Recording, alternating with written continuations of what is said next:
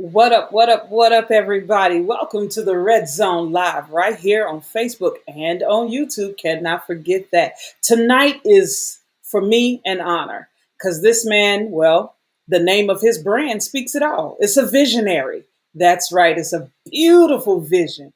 He is known as the bad boy of indie soul, and trust me, his music is fierce, sweetheart. It is really out there, and I love it with songs like Together as One featuring Nia Simmons, Feels So Right featuring Blaze, Vibe, Love Zone, and I'm really feeling Love Zone, and one of his new joints, which has everybody rocking right here in the US and in the UK. His song is called Body Can't Lie. Trust me, the body really can't lie. When you feel it, you feel it. Ladies and gentlemen, I want you all to do me a favor and welcome to the Red Zone, Mr. Bey Bright. Hey, Bey. Hey, what's up, Natalie? Thanks for having me in the red zone. That's a good thing. Good thing. Nice to Ah, meet you. it's nice to finally meet you as well. I'm excited. I'm happy. And oh my God, I'm overjoyed. So, Okay. before we get heavy into making it do what it do, why don't you tell the people about Bey Bright? Oh man, Bey Bright. I'm an entrepreneur, musician, music producer, songwriter, CEO of Bright Vision Entertainment. They call me the bad boy indie soul. From New York City originally, grew up in New York City from Harlem, New York, and lived in the DMV, Washington, D.C. area. So I'm a hybrid between both of those places. Yeah, that's a little bit about me right there. Well, thank you so much for coming on and joining, and thank you for sharing that little tidbit of information. Mhm. So, let me ask you a question. I ask this of all my guests and of various different performers and entertainers that I run into. Has music always been your interest?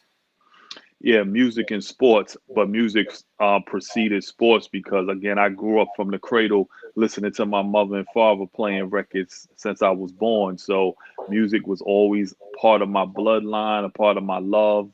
And again, it just kind of took me places. And again, after, I got a little older, I got into sports, but music was always my first love. So it feels good to be doing what I really truly am passionate about. I guess, when you think about sports, that kind of waned through different circumstances, but the music never left me. So that's my first love. Oh, well, that's a good thing. So, do you recall exactly what song, what particular song that caused you to say, this is what I want to do? Well, I could tell you the first song that caught my attention and made me love music was the Jackson Five. That was like the Love You Say. I heard Michael's voice and just blew me away. So from a little kid, I heard the Jackson Five and I was like hooked. But what made me want to do it musically, professionally, I would have to say, that's a good question. I would think like hip hop had a big influence. Again, me being from New York, so my origins come from the streets of New York City, and then as I moved to Washington D.C. But I was that whole hip hop vibe. I'm talking about, the classic golden age from the late 80s, early 90s. So I Mm, started loving it from hip hop. But then Teddy Riley was a big influence from that New Jack Swing era because he infused hip hop and R&B. So I would say that's when I really started wanting to do it professionally. So I would give shout out to Teddy Riley on that. oh wow! You know what? I can actually feel that Teddy Riley Hmm. vibe when it comes to you. I can Hmm. feel that. So I see that mesh. I see that Hmm. mesh, and you've already said who your influences were. So Right, or right, are right. so. Let me ask you, what do you enjoy the most about music? Create the creative process is my biggest joy. Thinking of a song, thinking of an idea, creating the beat, writing the song. So the whole creative process of going in the studio, but it starts from just having an idea and bringing it to fruition. A lot of stuff, you get in your head, and the joy for me is to be able to take what's in my head and produce it and manufacture it where it becomes a full-fledged song for the people to hear and hopefully love. So I would say that's my favorite part, the creative process. You know what? I get that. I get that. I get that. Well, since we're talking about the creative process, let's go into some of your creativity. All right. All right. So, your project, Love Nostalgia 3. Soul Interesting title. Nostalgia 3. Soul Nostalgia. It's got an interesting title. That is a very interesting title.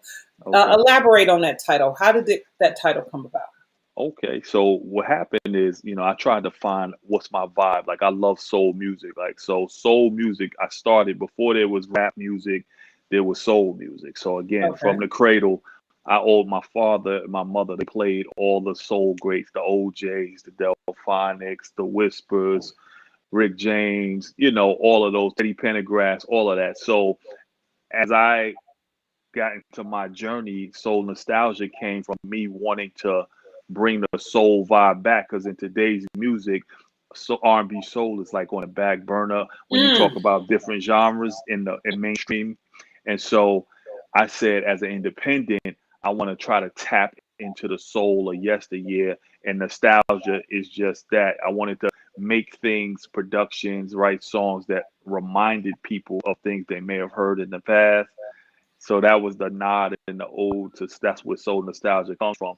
Just kind of new contemporary soul with a nostalgic twist. That's my whole way of putting music out. So that's where it comes from.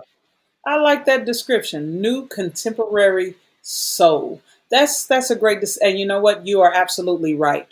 The way things are have changed in this industry, especially when it comes to R&B. Hmm. R&B soul for some reason is put on the back burner. However, it's only put on the back burner in the US, and I'm not Yeah. understanding why. I mean, come on. Your country music, Yeah. that's soul. Your Right. Right. jazz, that's soul. Right. Your blues, that's soul. So why is it that R&B soul is put on the back burner? They're trying to infuse it with, well, I'm not going to say trying to. They have infused it with pop so much Right. Right. that Right. it has lost its own flavor, and It I really hate has. that. I Yeah, hate that. definitely. Definitely. I What will happen? You just hit it on the head, and that's where soul nostalgic, that whole idea of the mainstream record companies making everything watered down in the black soul community, making it more pop oriented, where they try to tell you that, oh, this nobody wants to hear soul music. It's not commercial enough anymore. But then you'll hear other artists that are not African American take it and flip it, i.e. Sam hmm Smith or Adele. They can make a soul record and it'll be whatever. And I mean, but so my thing is that whole fusion of R&B pop is just not really satisfying the masses. So what I try oh, to do is touch into that vein of the nostalgic soul vibe, give it a little edge to it. Again, I tried to infuse, my street sensibilities, what I like, into a soulful vibe. So that's what I do with soul nostalgia, and it's been working. well, I gotta say, it's doing its, excuse my French, its damn thing. Okay, I feel you it's on doing that. the Thank damn thing. you. It really is. Now let's get into one of the songs off of there. Love Zone. Yeah. Now, when I listened to Love Zone, the first Hmm. thing it immediately took me to was a conversation that I had a couple of days ago, actually a couple of weeks ago, within regards to the fact how guilty we women will put someone in that friend zone. And Right. love Zone actually took me there. It really Mm. did. So, Okay. what was your creative thinking when it came to that song? Well, my creative thinking was being with a lady friend, and it had a dual meaning. The zone, the zone, quote unquote, the batter's box, so to speak, and just the whole vibe. You know where I'm going with that. So in an intimate setting with a lady, and so when I was writing it, I was like Love Zone. And funny, shout out to Billy Ocean, because when I wrote Love Zone, I thought I was doing something. I said, but then I thought about, I said, there was a song called Love Zone. It was Billy Ocean back in the day. But the Bey Bright version, my mindset was strictly about having a romantic relationship with a young lady, being locked in emotionally and physically, and that's what Love Zone, and making it just be about just locking in on that one particular, as opposed to me, jumping around with other lady friends. It's just locking into that one. So that's where that comes from. I get it. I get it. I get it. So now, briefly, you and I discussed about your role not only as an artist but as a Mm-hmm. producer. Mm-hmm. So on this project, Yeah. are you the main producer? Are you co-producer? Is this a part of Mm-hmm. the Bright Vision production of you? Right, right. This is all solely written, produced, and arranged by me, Bey Bright. I do all of it, man. So I'm just, God has blessed me with the gift to be able to write, produce, and arrange. Again, studying from, I didn't get deep into my idols, but Teddy was one before that, Quincy Jones. So if I have to be totally honest, the way I produce, and I mean, if you know my catalog, folks that out there that know, I wrote and produced records for others, like you said, Nia Simmons, Together is One, Blaze, Feels So Right. So it really kind of started with me being behind the scenes, writing and producing and arranging and coming up with the songs and the ideas, the concepts. So I do that. But on this one, this Soul Nostalgia 3, with the exception of one record, Don't Stop, it was all me. I decided to jump in. Unlike Quincy, who's never really sung, I decided to do more like a baby face kind of a thing, Okay. truthfully. Because Babyface, he writes and produced for many people, but then Hmm. he eventually stepped into the forefront and And did what start he doing did his all these own. years. Yeah, so I would Yeah. have to say, though I had the template of Quincy Jones, I'm kind of doing like the producers, like Babyface does. Guys like, I know it's not in vogue to say his name, but we gotta be real. R. Kelly, guys like who just wrote, produced for others, but had their own thing as well. So that's where Hmm. that's the vibe I'm on. Oh, well, you know what? That's a beautiful thing. So since we're talking production, Hmm. I generally ask this of a lot of artists that I do know who are on the forefront and behind the scenes. Hmm. Which one do you prefer? That's a great question, Natalie. I'm thinking, I like them both, but I say if I had to truthfully, I would prefer to be behind the scenes with it but only if the reason why I'm even in the front, because sometimes the cooperation of working with other artists is a finicky process. Egos, attitudes, it gets on my nerves, the business side of it. And so I decided to try to cultivate my sound and my vibe and see what I could come up with and actually have a song called Vibe. But that's the real truth behind what kind of pushed me to the forefront. Again, when you're dealing with a lot of different personalities and egos, it can be challenging at times. So I wanted to push and challenge myself to see if I could find my voice within the songs I was writing for others, kind of see what I could do in my own sound and voice. And truthfully, it's been my most successful project to date. Well, you know what though? But the thing is that you challenge yourself, and I'm glad you talked about the pressures, the Hmm. difficulties of working with other artists, because Hmm. I personally know that usually when it comes to producers and working with other artists, you're right. They have that ego.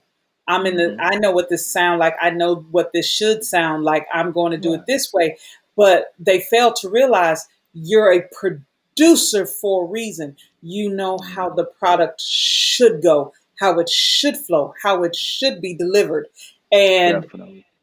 a lot of artists, these vocalists come in and they just get the big head and, woo, especially Yeah. the new school, Yeah, the and new I'm gonna be school. honest with you, Natalie. One of the things, like I said, because somebody could easily turn around and say, "Well, Bay, what makes you think you the man? What makes you think your stuff is better than mine?" Like this, I've had these conversations with artists that I tried to work with, things didn't work out. But what they don't really realize is a lot of the times the DJs, and the radio people would call me behind the scenes. They'll hear Mm, something I've done with a particular person, and they hear stuff that they've done without me, and it's like night and day.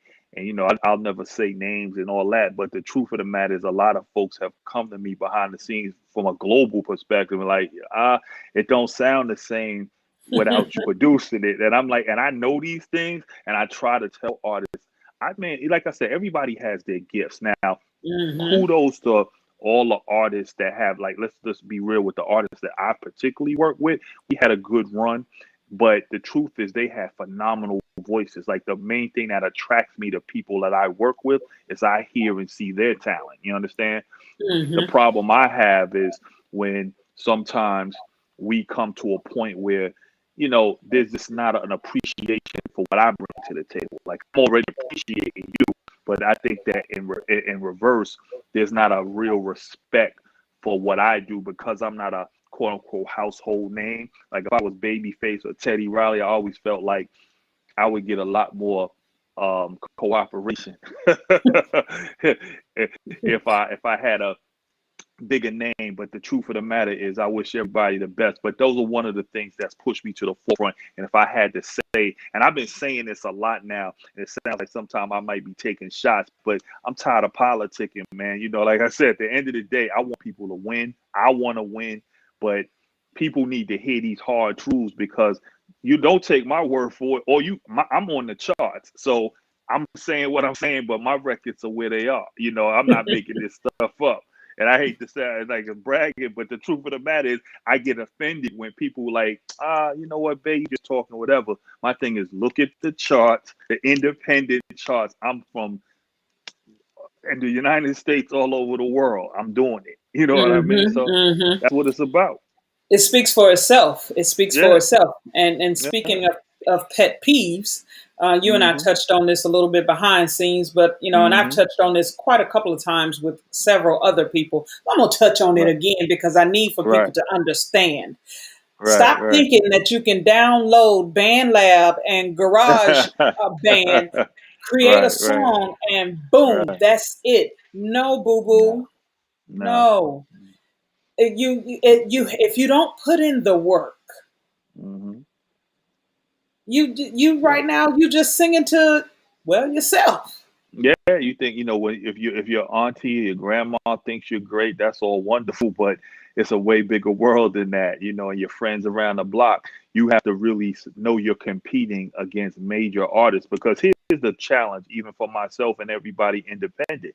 When you listen to, like, if you're in the Washington D.C. area, WHUR, big stations Hmm. like that, you listening to Jill Scott, you listening to Anthony Hamilton, you listening to Beyonce. You have major artists. So nobody, the average fan doesn't care what you're trying to accomplish. They just know what they hear and what they're accustomed to hearing as far as levels of quality, record Hmm. ready. So if you don't have a mastered record, a mixed record, I mean, it's just all for nothing because you have to be able to compete with the people that know that have the household names. Do you understand? Hmm. And Hmm. that's the way I've always tackled it. I'm like, hey, if I'm coming out, I'm going against, Donnell Jones, John B, Keith Sweat. It's just Hmm. what it is. You know what I mean? And it's like Hmm. whether or not if you can like who you like, but I just want to make sure the level, the quality is there. You know what I mean? Yeah.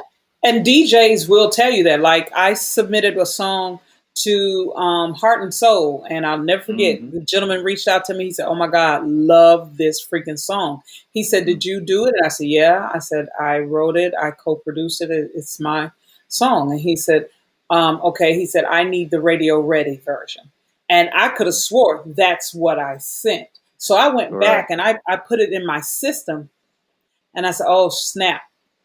And I went, had it redone, sent it again, and he said, "Now that's what I'm talking about." It's Mm-hmm. this is not a Yeah. game, folks. It's really not a game. Not a It's not a game. game. You have to be able So to take constructive criticism. you really Mm-hmm. do, and a lot of people can't do that. They have an issue. They get to rolling necks and talking all pop pop pop to you. It's not about that. In this game, it's a dog eat dog world. In this Yeah. game, it's dog eat dog. And right now, the indie artists, and I sorry, Bay, I have to say this because anybody who knows me know I hate using that term. I Mm-hmm. understand. Yes, you're an Mm-hmm. artist. You're a recording Right. artist. You're an artist through and through. If you've recorded and you're charting and you're moving and you put that hard sweat and work in, you are a Mm-hmm. recording artist. That's true. But the world has you separated, has us all separated. Right. But Right. Right. right Right. now, Right. right now, it's mainstream versus indie. And indie is giving mainstream a run for its money. I Yeah, see it. I see it. And because if you look, a lot of these artists who are mainstream are beginning to back out of contracts. definitely, definitely. I mean, I love it, man. I mean, and one of the main things I was very happy to see, piggybacking on your point, is when Johnny Gill, Ralph Tresvant, Stokely, when they start going independent, it makes the Natalie Reds, the Bey Brights, we're in the mix. And this is all psychology. One of the things that I had to really teach myself and understand that most people are going to just follow the crowd and what they know. So back when CDs was out, I have a funny story. Like I've been doing this a long time, but when record stores like HMV, Tower Records, Kent Mill Mm, was out, you know, when you have your record in a mom and pop, quote unquote, mom and pop spot, everybody was like, "Oh, that's nice." You know, I can remember nobody was real giddy about it, but as soon as I got my stuff in the Best Buy, Tower, the whole FYE. vibe changed. FYE, yeah, FYE. I mean, Nat, when I tell you people were respecting me at a different level, when they see you on Amazon, they see you on Spotify Mhm, as opposed to mhm. Bey Bright's website, it's just another vibe. And I had to learn that I can make more money possibly going to the mom and pop or selling it straight from my own website. However, the respect that and the cachet of being on Amazon, I just can't fight that tide. So I had to try to find a way to do both. You understand? And Mhm. that's just the way the game is, man. It's just like like you said, we don't listen to terrestrial radio. We talk behind the scenes. I don't really listen to it either. But the truth is, if somebody hears your record or my record on quote unquote, like you say, heart and soul, I mean, it just takes a whole nother level, and people they respect it differently. Mhm, That's just the way it mhm, is. mhm. You That is know, absolutely true. That is what can absolutely you do? true. Let's talk But about I your like being song. played on. Let me say this real quick. I respect being played in the zone with my homegirl Natalie Red because your I've been checking you out. I got to give you a shout out real quick before you ask me that next question because I've been peeping what you're doing and I love your format. It sounds crazy professional. The quality is amazing. So shout out and kudos to you. Keep doing your thing. Oh, thank you. I greatly appreciate it. I never realized how many people listen till one day. Artist out Hmm. of the UK named Just So was doing this interview, Hmm. and the DJ that was interviewing her said, you getting mad love in the dirty, dirty. And she said, what? He said, yeah, the dirty South. You getting mad love. He said, Natalie Red? And she said, oh, Red, yes, yes. He said, look, that diva is pushing you. She's pushing these artists in the US. You make sure you Hmm. give her love.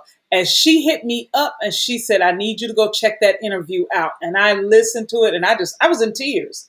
I was in tears Yeah. because when I played music by you, by Just So, by Saint Hmm. Mercedes, whether it's jazz or R&B, whomever I'm playing, I notice that I get hit up by various different DJs. Who was that you Right. just played? I need that track. Because when I played your song, Body Can't Lie, Hmm. I got hit up the very first time I played it. I got hit up by four different Wow. DJs in my Get inbox. out of here.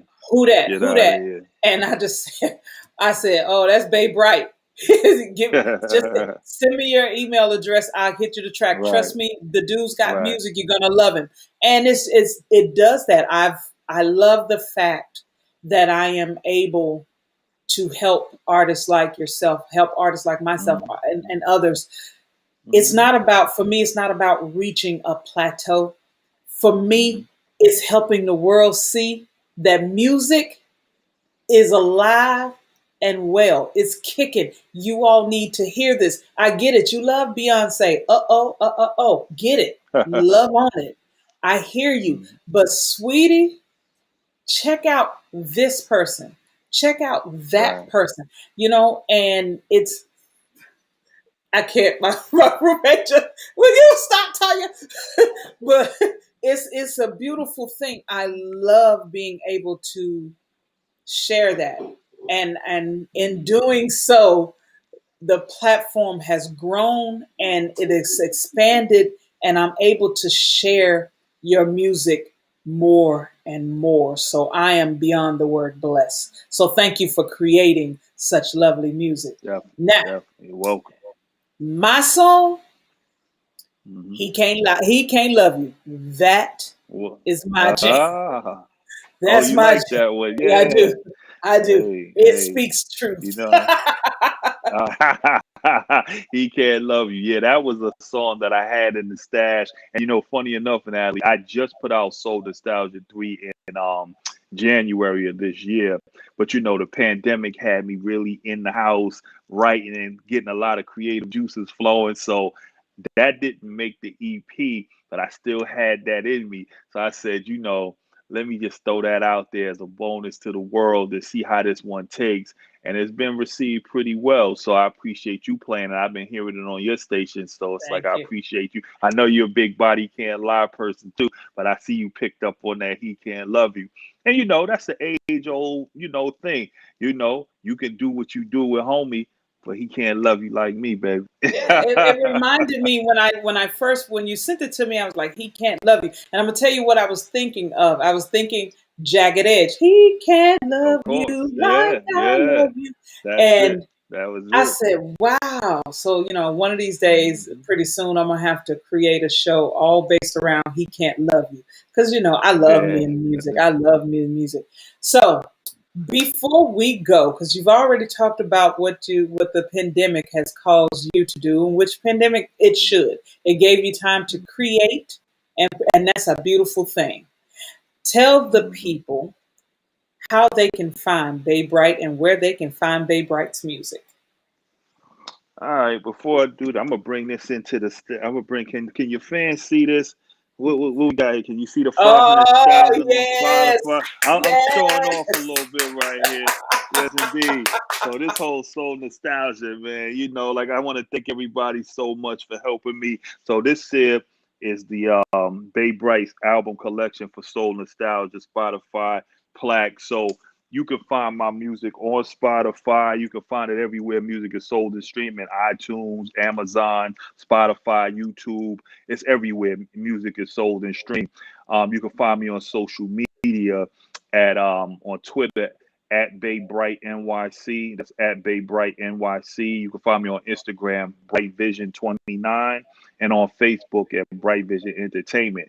And if you connected to somebody that knows me, you'll probably be able to connect to me on the Bey Bright page. But the Bright Vision Entertainment is where the most of, and on my website, BeyBrightBVE.com. That's BeyBrightBVE.com. Check out some of my soul nostalgia gear for all y'all who like, independence. We out here grinding. We got the hats. Let me stand up. We got the tees. You see that Oh soul nostalgia? yes, yes. Yeah. So I'm doing it. I'm trying to, music and merch. That's where I'm at right now. So yeah, check me out on BeyBrightBBE.com and connect you to all my social media pages that I spoke about. Well, Bey, thank you again for just joining me in the red zone. I greatly appreciate it. And ladies and gentlemen, I cannot stress this more. Okay? Support your artists, support your local artists, support your indie artists, support your artists. Check out my boy Bey Bright. Trust me, you will not regret it. It is fire. And when I say fire, I do mean fire, straight lit. You want Yeah, to dance? appreciate Get it. body can't lie. Because, boy, trust me, your body might lie to you a little bit and say that you can move like you 25. but, No but doubt. trust me, it's something to make you move and groove. Thank you again Definitely. so much, All Bay. I right, Natalie. greatly Thank you. appreciate it. I All right, Bay. appreciate you. Take care. All Thank right. you. And Take care now. everybody, if you want, please do tune into the Red Zone Sunday, Monday, Tuesday, Wednesday, and Thursday. Check it out. You can go to my IamNatalieRed.com page. There you can find showtimes, date, program times, and station links. There you'll be able to find the Red Zone, love the Red Zone, like the Red Zone, and get into the zone. This interview will be replayed during next week's shows. Trust me, you're going to love it. When you hear his music, you're going to say, now, where did she say find it? Where you say find it?